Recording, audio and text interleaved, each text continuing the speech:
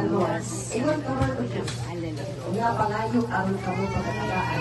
O ikaw ang Diyos na kapanan, ikaw ang nalingkod sa kanilang kalibutan. O kung mo bilang na Lord, pamayan ng tulong Diyos.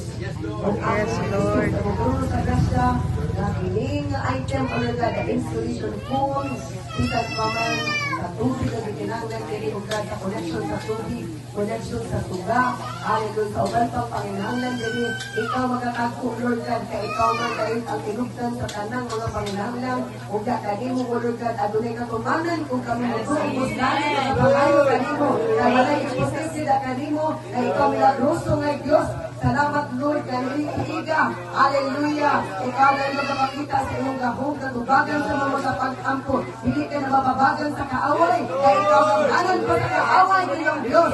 Salagon ka, Lord, sa walay katapusan, sa mga pabor na maripupo para sa mga katawan, dili nakita sa mga inang kukunan, kaya ikaw, O Lord God, na buko sa matang usap, o ikaw maging great provider, ang tanang panginanglan, ikaw gayet ang bukong na makatagpo, Diyos, o kadalangin usap ang mga katawan, ang ilang itulungo, ang ilang kasingkas, ito muna, maanda, nga masudlan, mapuno, makagbaw, O Lord God, sa iyong pulong o sa iyong presensya, in the mighty name of Jesus Christ of Nazareth, because you are the King of Kings and the Lord of Lords. Walay lugar ang kaaway. Ikaw magpaamang pabuta, powerless ang kaaway, O Lord God. Hallelujah. Walay manipulating spirit, walay deceptive spirit, walay monitoring spirit, O Lord God. Walay